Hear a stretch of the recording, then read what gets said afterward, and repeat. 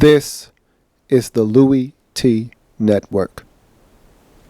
Hey, either you're outside or you're in the lab room.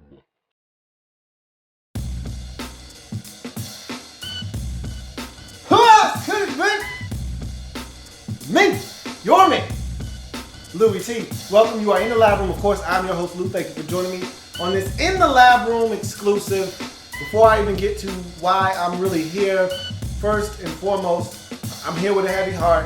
I woke up to the sad news of China, formerly of the WWE, passing away, and at a relatively young age, only 45 years old reportedly, and so that hurt my heart. She was a huge part of DX. When I was coming up, when I used to watch wrestling, she was a huge part of that group that really changed the face of the way wrestling is done today. And so, my heart and my condolences and my prayers go out to her family. And then, right as I was about to start production on this video, I found out that pop and R&B icon Prince has passed away at the age of 57. We're talking about young ages here, people, and I can only imagine why both of them passed away so early, but nonetheless, that's nor here nor there. The fact that they're no longer on this earth, their lives should be celebrated, and I wanted to send out my condolences to his family and prayers out to his family as well. That being said, let's talk about Josh Norman and him no longer being a member of the Carolina Panthers and the franchise tag being rescinded.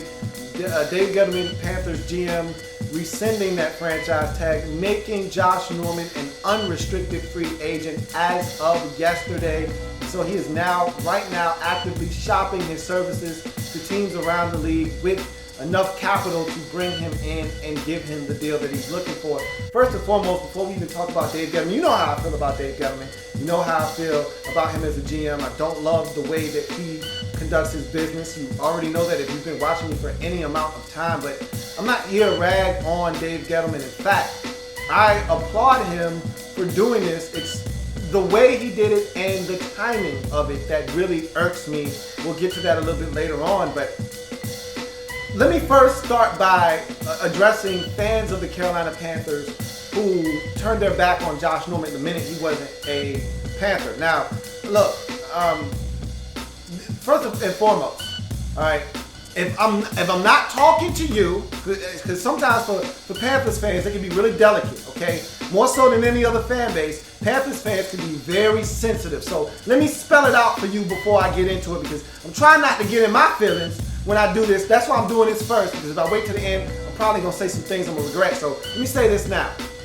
Fans in general, okay, it's short for fanatic. The reason why is because of situations like this, which really piss me off. So if I'm talking to you, if you're a Panthers fan and I'm talking to you, then I'm talking to you. If I'm not talking to you, then just let it run right down your back and don't even sweat it, okay? If I'm not talking to you, if I'm talking to you, please be offended because I'm talking to you, all right? For those of you out there on Twitter, and I was on social media hard because there was so much stuff, the trade with the Browns and the Eagles, this happened. I was on social media hard last night, doing homework, looking around and stuff, I was all over the place. And I couldn't help but notice how many Panthers fans were going out of their way to trash Josh Norman because he was no longer part of the family, calling him overrated and selfish and he's nothing but a zone corner. Are you kidding me? Just a day ago, he was your man, okay? Just a day ago, you loved Josh Norman. Now all of a sudden, he's overrated, he's selfish, and oh yeah, by the way, he's just a zone corner. Stop your nonsense, man. If you out there talking and spewing that garbage and you call yourself a Panthers fan, you a clown, okay? Because the fact of the matter is, this man didn't make this decision. Dave Gettleman made this decision. Just like when Steve Smith was no longer here, he didn't make this decision. Dave Gettleman made it for him. So all this man is trying to do is go out and maximize his amount of time in the National Football League. And I would advise each and every single player that sets foot in the National Football League to do the same. Look, I see fans all the time saying, don't be selfish. I remember just about 3 months ago, okay, Julian Gillette was on Twitter talking to a fan, and the fan said the three words that drive me bananas when you're talking about NFL athletes. You can talk that nonsense to NBA players. can talk that nonsense to MLB players. You cannot say these 3 words to a football player that plays in the National Football League, the most physical and violent of violent professional sports. And yes, I know they made the decision to play, but I don't want to hear this nonsense, okay? Don't be selfish. Don't you dare tell me not to go out and try to provide for my family the best way I know how by getting the most money that I can possibly get while I'm playing this game that stands for not for long. Don't you dare tell me not to be selfish. It's all about me trying to better my situation for myself and my family for years, hell, even generations to come, okay? Don't you dare tell me about a sport that your career could be blossoming today and done tomorrow. Don't you dare tell me not to be selfish. So when I hear fans say he's selfish, when I hear Dave Gettleman say, I want players that want to be here. So Josh Norman didn't want to be here all of a sudden because he wants to get paid? So because you wanted him to take less, he didn't want to be a Panther? Stop your nonsense, man. It's not about him not wanting to be in Carolina. He just wanted what he felt like was market value. Now that I've made my point and I've rest my case, if you're offended, good. If I wasn't talking to you and you still offended, good. If I wasn't talking to you, then don't worry about it then. But like I was saying, I don't have a problem with Dave Gettleman making this decision. Here's why, okay? He knows that down the pipeline, he's got guys he's got to pay, okay? He knows that K1 Short, and in case you didn't know, Dave Gettleman is huge on paying guys in the trenches. He's a build from within guy. I've been telling people this for the last 3 years. He's a build from within guy. So he will spend money, he will spend resources on his lines. He's a trenches guy, offensive line, defensive line. He will put in the necessary resources to get the intended outcome in those particular places. That's why you can get away with a Robert McClain at cornerback. That's why you can get away with a Kurt Coleman at safety. And part of the reason why you can get away with those guys being out on the field is because you got Josh Norman on the other side, holding it down, deterring quarterbacks from throwing the football to that side of the field, which allows your safety to then cheat on the other side of the field. So you're gonna miss Josh Norman, but the fact of the matter is, I don't fault Dave Gettleman for making this decision, okay? He knows he's got guys that he's going to have to pay here in the near future. And so at some point, you gotta be able to say to yourself, if you can't be reasonable and you can't come down to where we can meet you, then we'll have to part ways and you can move forward and see if you can get that money elsewhere, which is essentially what Dave Gettleman did. I don't have a problem with that. What I do have a problem with Dave Gettleman here in this situation is Dave waited way too late to make this decision. Look, I called Josh Norman Jay Nutso for a reason, okay? The fact of the matter is, Josh Norman is a little bit crazy. He's slightly off his rocker, okay? Nobody, that's not a secret to anybody, okay? The guy is crazy. So when you hear him say that he's the best corner in the league, that's just Josh being Josh, man. And he probably believes that, and he should believe that, okay? Most guys who believe and are confident in their abilities think they're the best at whatever they do. Yeah, fine, whatever. Okay, but when the man says to you, I'm one of the 5 best corners in NFL history, you say, he's not serious, right? You ask your colleagues, he's not serious, right? He didn't mean that. No, it's Josh Norman. He believes that. Seriously. So you should have known that the asking price was going to be astronomical and that he wasn't going to move off of that number. So in Dave Gettleman's mind, he probably thought, we're going to slap this franchise tag on him. Josh is going to come to his senses. His agent is going to come to his senses. They're going to want 16. We're going to come to the table with 11. We're going to meet somewhere at 13.5. We're going to sign this deal and everybody's going to be happy. Then he realized it's not going to happen. He should have had plan B already in place because you don't want to put yourself in a position that the Carolina Panthers now find themselves in with no cornerback. They have absolutely no cornerback on their team that is starting caliber, okay? I just talked about having Robert McClain, now starting quarterback.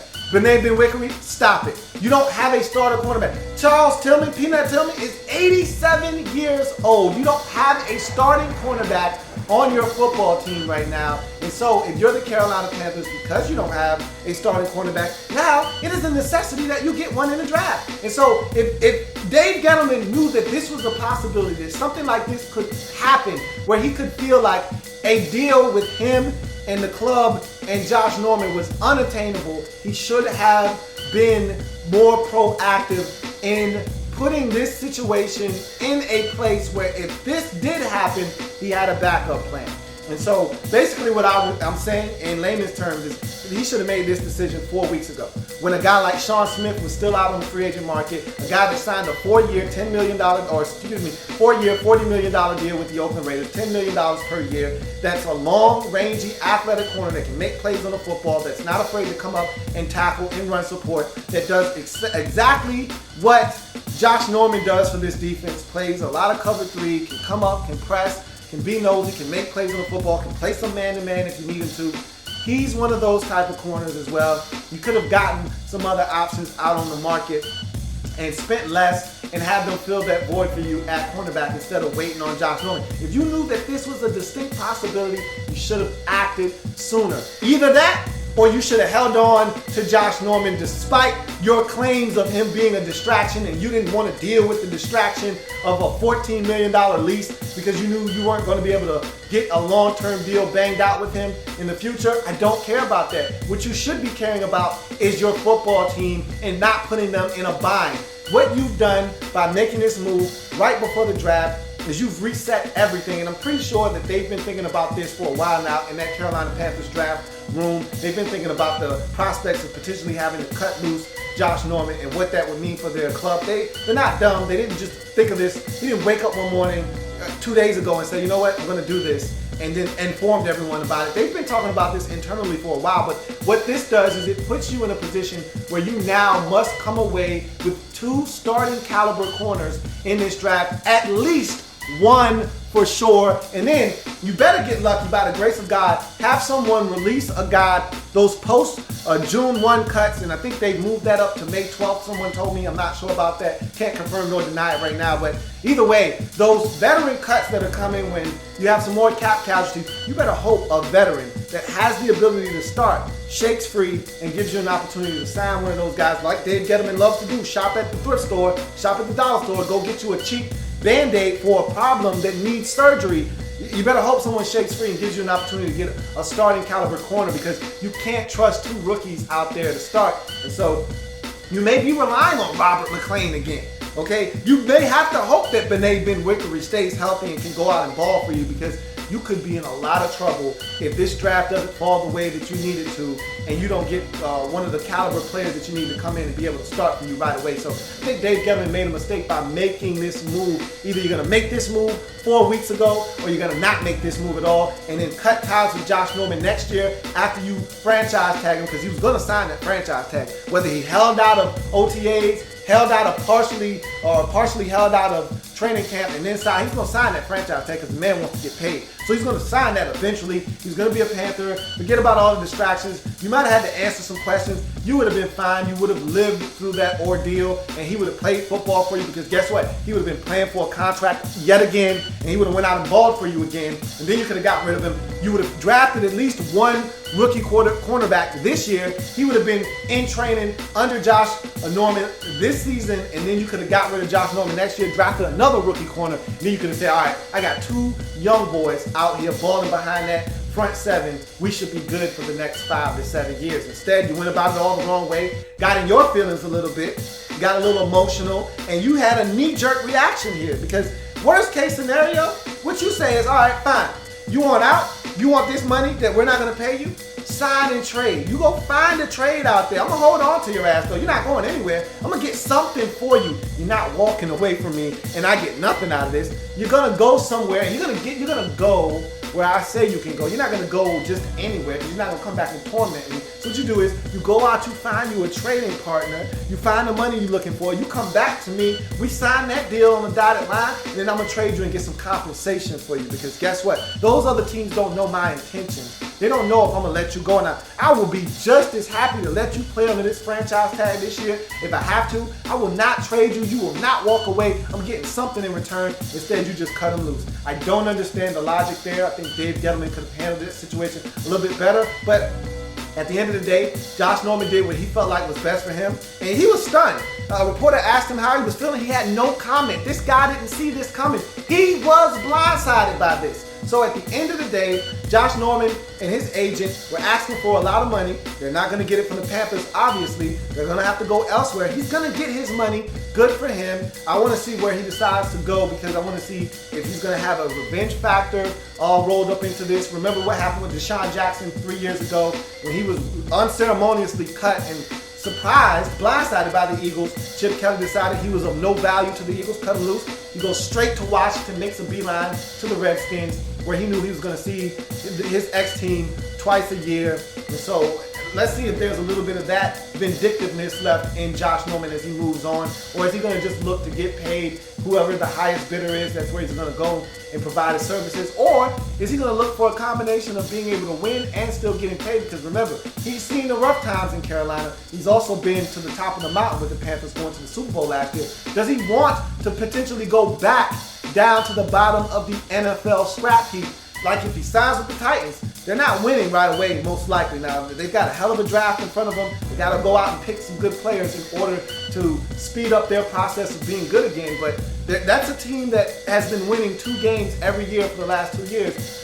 Can they go out there and potentially win 8 or 9 games, get to the playoffs? Who knows? But if he signs with the Titans, that's still not a good football team yet. So you got to question whether he's worried about winning or not at that point. If he goes there or if he goes to San Francisco, another team, tough division, don't think they're winning yet. And so does he want money? Does he want to win? Does he want a combination of both? We'll see. And I'll be anxious to see what this deal looks like at the end of the day, because if he takes less than what he was asking for in Carolina, I'm pretty sure that's going to sting a bit for Carolina Panthers fans out there. If he goes somewhere else, takes a $13 million a year deal when he was asking for 16 in Carolina, you're always worth more to the organization that you're with than to another organization. Again, you're going to ask for more money from the organization that you're already with because you feel like you've put in time, you've invested a lot of resources, time, energy into that organization you expect to be paid for. But always know that there are other teams out there that are starving for a guy at that position that will be willing to pay more. So more